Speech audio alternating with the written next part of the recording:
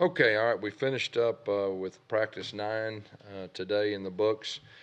We're really looking to scrimmage. The number one objective, and it usually is true, is just having all of our guys understand the standard. Anytime we scrimmage and put the ball down and play tackle football, just the effort and the urgency and everything that goes with that. So really, that was the big message today to try to relay to our players, and I think they responded pretty well.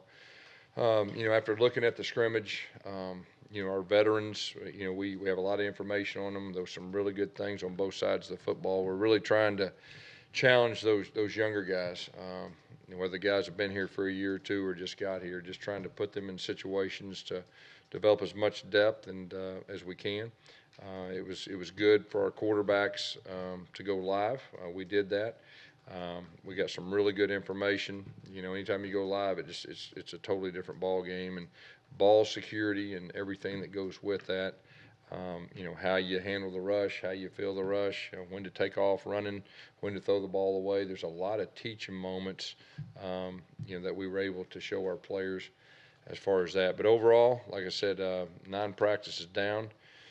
I think we're getting better. I think we're improving. I just told them just a second ago the key is going to be the last 6. We've got to have the urgency where we're understand we're competing with everybody on our schedule these last 6 practices, and we got to finish this thing the right way. But so overall, like I said, it was a good scrimmage. We'll this week we'll have 2 more practices Saturday. We'll have another scrimmage. Probably with the older guys, there'll be some special situations, specifically 2-minute. And then, of course, then we'll get in next week and have A-Day. So it's coming to end, but so far so good. Questions? Has going to 4 practices a week been good? Yeah, I think so. Sometimes the challenge is the installation, all that, but usually in spring there's not a whole lot of that. And we've kind of got to the point where we're going to start, reinstalling and just for the young guys, and that's what we did today. We really worked hard with our 2s and 3s and just went back to the basic fundamentals. That way we can slow down and give those guys a chance to get going. Our 1s, obviously, we can accelerate the installation. Yes, Anything stand out about each There wasn't one thing. It was just good to see them. It was good to see them, how they operated the offense, how confident they were, the communication. Like I said, anytime you go live, it changes the whole perspective and the approach. I learned a lot about the approach of the quarterbacks, of how they're gonna approach the games being live and everything. But there wasn't one thing that stood out, but just overall, it gave us not good information, but great information. yes, those tiger drills early in practice. Mhm. What do you like to see out of that particular? Yeah, I mean, we're just trying to get our guys to bite. I mean, to play good, hard-nosed Auburn football, and so anytime you got a chance to do that in the spring, and especially the young guys. A lot of times the young guys and some of the guys may be timid. They can't be timid and play this game, and so it's just really a good way to start practice and get everything going. How did your quarterbacks react to getting hit? 'Cause we saw one photo with Joey with his, helmet popped off and everything. Yeah. They handled it pretty well. Yeah, he got back up and grabbed his helmet, and he's wanting to go back in. So I think they handled it really well. And you got to compete. You got people fighting for the job, and you got an opportunity to kind of show what you can do. Because a lot of times, your quick whistle and stuff, you got an orange jersey on. If they get within 2 yards, a lot of times they blow the whistle, and so it gives them a chance to show what they can do. And for me, like the decision making. So you drop back, and you get a little pressure. Are you going to take off running? Get a couple. Are you going to throw it? I mean, just all those things that you don't get a chance to see, in an orange jersey. Did you notice anybody first aid practices that's really improved from last year, a veteran that you're impressed with? Marquise McLean, I think he's starting to. I think he's starting to take that next step and become a guy that we can rely on. he's the guy that really stood out to me, you know, in the scrimmage from a skill position standpoint.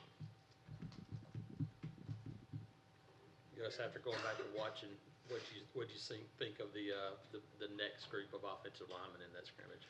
Yeah, it was really good work. You know, I can tell they're getting better. Today's focus was specifically on our 2s and 3s to slow down and clean some things up from the scrimmage to see if they can correct those things that need to be corrected. But I will say this, the physicality of the bunch, there is a want to. I think there is some talent there too, but you know, it was good to get those guys. You know, the 2s got a few more reps with the 1s. I think the 1s got close to 30 reps. I think the 2s got, you know, close to 40, and the 3s got the rest. Has T.D. Moultrie improved? Have you seen improvement from him? Yeah, I think so. Just from his approach, his maturity, which is to be expected. But you know, I think he's off to a good start in this spring. I think he had a sack in the scrimmage Saturday. What do you think slowed him down last year, guys? What's that? Speaking about TD specifically. You know, he was still a young guy. Yeah. You know, that wasn't overly experienced, and you know, sometimes it just takes a little bit, and an off season, and then all of a sudden you look up and you're one of the older guys, you know, and sometimes it does wonders for him. And what is Marquise McClain doing now that maybe he wasn't doing? Yeah, I think he's more confident. He's wanting the ball. I mean, he's desperate to want the ball, and that's what we've been challenging our receivers, man. When you go out there, be desperate for the ball, and he's really responded to that challenge. And he's got ability. We've always known that, and you know, he was one of the highlights of at least from the offensive standpoint of the whole scrimmage. How is Boobie Whitlow different from, say, the end of last season to now? Yeah, he's more mature. He is more natural. You know, in his defense, you know, when he first got here, his freshman year, we had him playing wide receiver. And then we moved him to tailback, and we had a scrimmage, and he had an ankle injury. And so really last year was his first time to really run the football. And we thought he did some good things, but I think it's more of just a confidence, a comfort.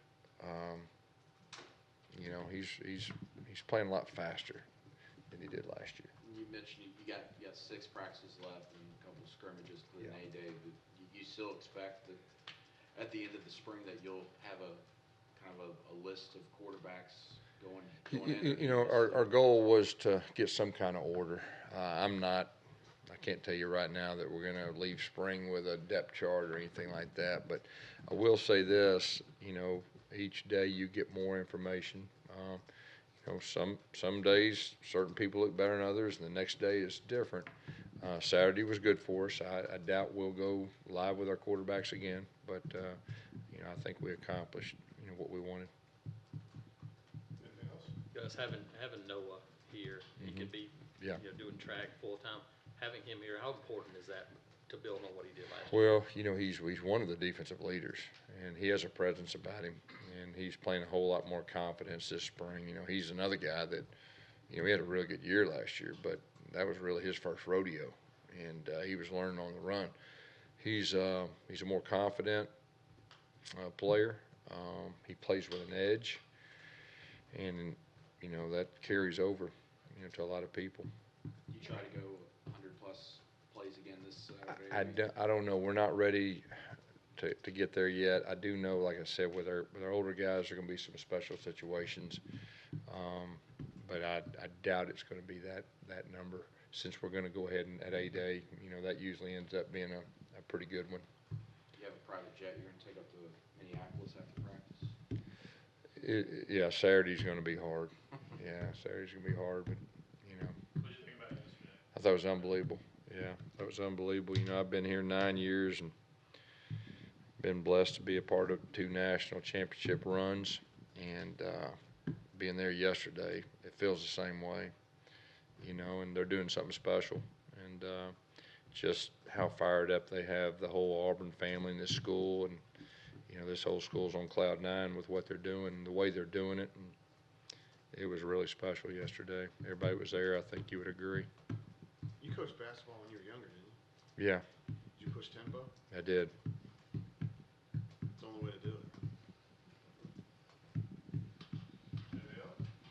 All right.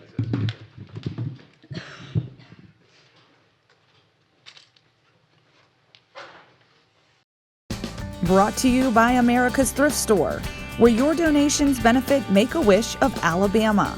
Find out more at donateforwishes.org.